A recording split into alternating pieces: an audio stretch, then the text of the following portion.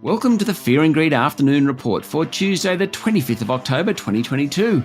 Every afternoon, we've got the 5 stories that happened today that you need to know about.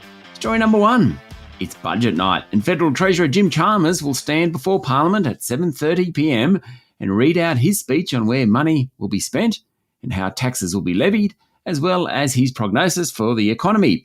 There'll be spending in aged care and healthcare, more for the National Disability Insurance Scheme, more for the interest bill on government debt. There'll be a stack of money for affordable housing, and a bunch of election promises will be costed. The budget will say the local economy will slow sharply next financial year and inflation will rise more before it falls. Of course, we'll have all those details tomorrow morning on Fear and Greed. Story number 2, the S&P ASX 200 held on to the big gains of yesterday, finishing up 0.3% today to 6,799 points. That's the best close in about 3 weeks. The real estate investment trusts and telcos led the way today, while the energy and materials sectors lost ground. The banks were good. Macquarie Group rose more than 2%, while Commonwealth Bank and National Australia Bank both finished 1% higher. Telstra was up 1.6%. Industrial property giant Goodman Group jumped 1.7%. And gaming machine maker Aristocrat Leisure was nearly 2% higher. Fortescue Metals was the worst of the large caps, down 3%, while BHP, Rio Tinto, South32 and Newcrest Mining all fell more than 1%.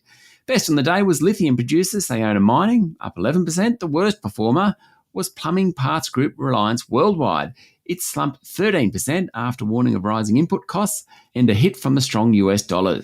And it's not in the top 200, but it is worth a mention. Lithium explorer C29 Metals jumped 65% today on news it has signed an option agreement to acquire 2 lithium brine exploration licenses in South America.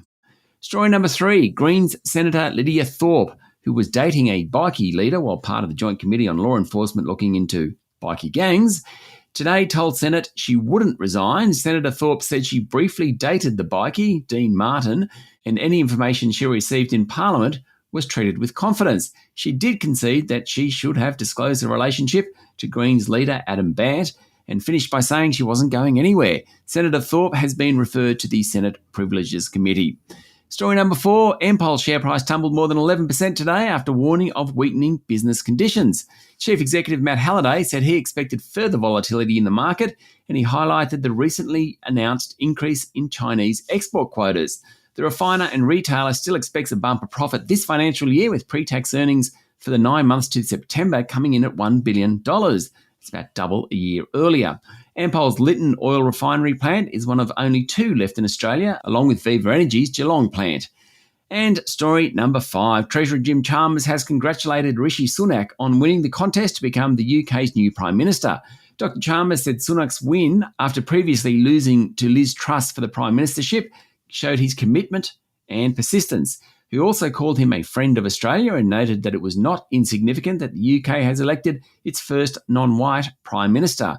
Mr Sunak got the job after the other 2 contenders, former Prime Minister Boris Johnson and Penny Mordaunt, dropped out.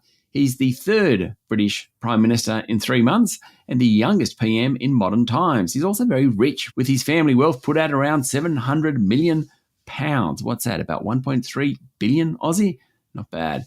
That's it for the afternoon report for Tuesday, the 25th of October 2022. Michael Thompson and I will be back tomorrow morning for the Wednesday edition of Fear and Greed with all the budget news. I'm Sean Aylmer. Enjoy your evening.